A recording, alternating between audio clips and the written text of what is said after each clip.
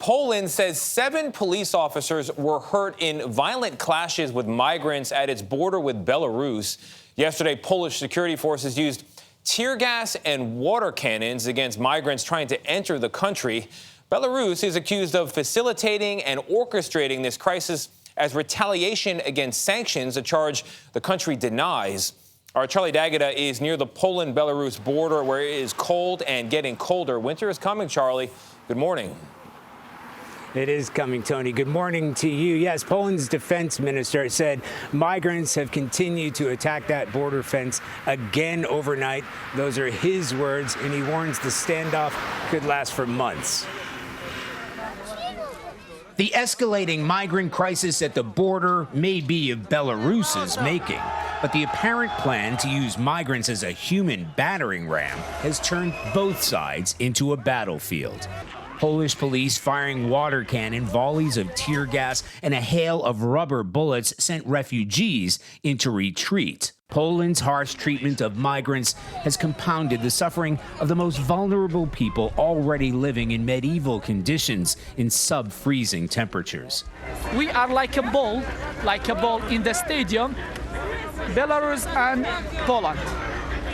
They kick us.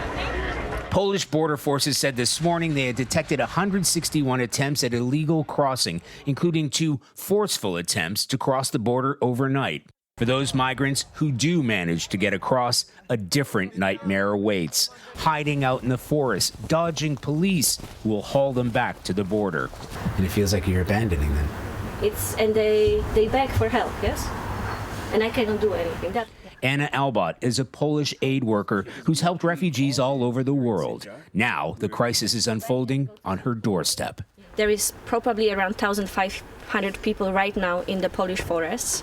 Those are people who need everything, who need food, who need water, who need medicine, clothes. They have nothing right now. The Polish government has forbidden aid agencies from entering the exclusion zone along the border. And it's teaming with 20,000 security forces to turn back anybody who tries. We have to stop it. We have to force Polish government to let international organizations, humanitarian organizations, to get into the zone, to give people absolutely at least water and food. We can't look away. We can't look away.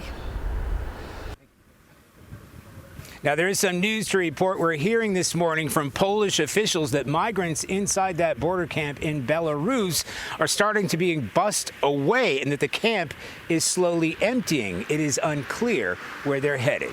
Gayle?